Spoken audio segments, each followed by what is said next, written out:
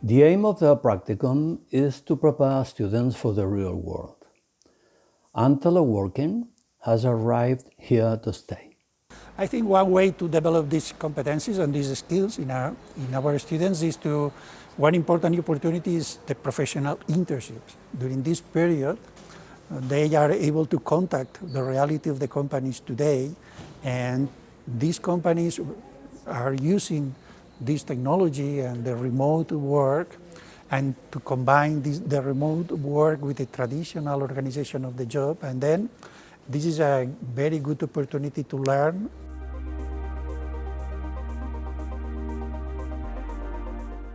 During the past course, the beginning of the practices ran into the first wave of the pandemic in Europe, America, and in other continents. Our students will able to experience in first person the transition from a face-to-face internship to an online internship, and all of this suddenly. This was a challenge, but also an opportunity for people, because I think the situation was able to produce a new context to learn and to see how the remote work could be organized. Last year, I moved to Germany to do my internship with COVID-19, literally. So the day before my internship was starting, actually, they called us to tell us to stay at home. And then we all know what happened. I stayed at home for 3 months. I arrived in the US just a couple of days before flights from Europe were banned. I was able to visit the office and go through orientation meetings for 2 days before the announcement came that everything would be done from home.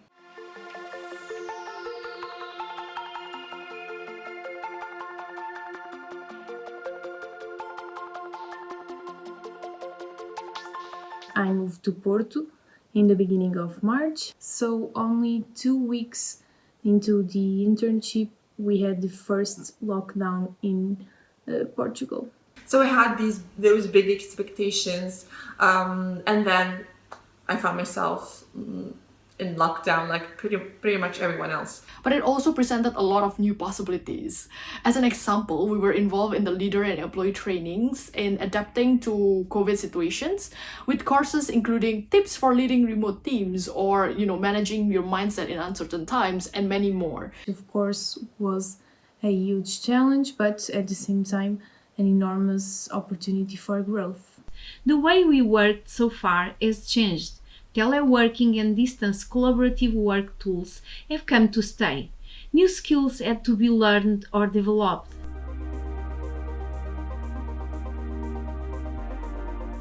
It's important to be well versed in using online conference services like Zoom or Google Meet. It's also very important to make sure that you have an even greater buffer time for output than before, since there are less things you can control when people are working from their homes. In remote work, it's only you and the computer. And if you want to change something about your workplace or about your task, you have to proactively going to your mentor or your manager. So one thing that I found useful is to have a kind of post-work ritual. For example, go for a little walk or listening to my favorite music. As for remote working itself, it can be really tricky. We have to have good control of ourselves because, like it or not, the distractions are higher. I think the key is to find what works for you. For example, for me, I feel like having a goal or checklist of what needs to be done at the beginning of the day really helps. Although, of course, urgent things may come up in the middle of the day. And also having a designated table to work on so that we can switch on our work brain when we are at the table and switch to home mode when we are off the table is something that I do as well.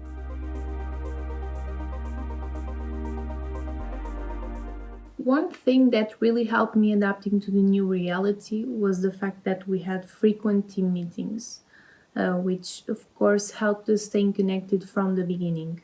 We had the stand-up meetings every week with all the Europe team, and we had online gym sessions.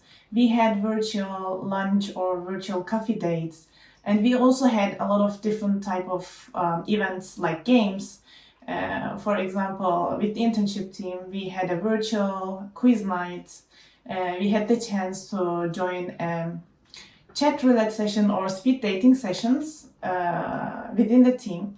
So it's really important to have this kind of team building activities during teleworking.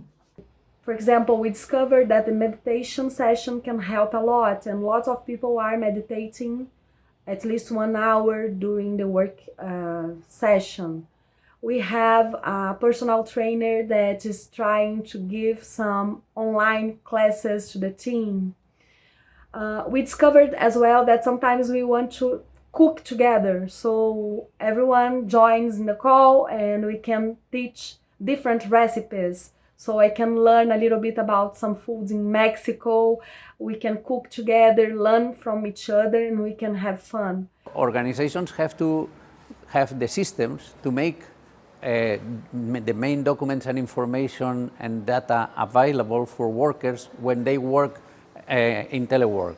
But in addition to that, it was important that people had to work in teams and had to be in coordination and supervised by their supervisors. And this again requires new skills and new abilities. Telework is much more than just assigning a work and asking for the delivery.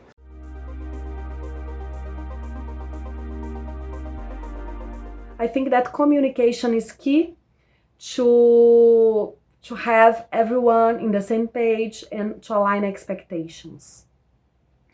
So I try to communicate all the time with the business, to align expectations with my boss, with my team, so we can guarantee that all the delivers, all the things that we are doing are aligned. If I have a new task and the deadline is due next week, my supervisor would check up on me after 3 days to see how it's going, whether there's progress, whether there are some doubts or concerns, and would discuss them. Supervisors and leaders play a very important role in how telework is implemented. Indeed, different institutions are highlighting that the success of the implementation of telework most times is more a matter of leadership and other organizational processes more than just simply technology. Teleworking can only be effective if it is based on trust and commitment.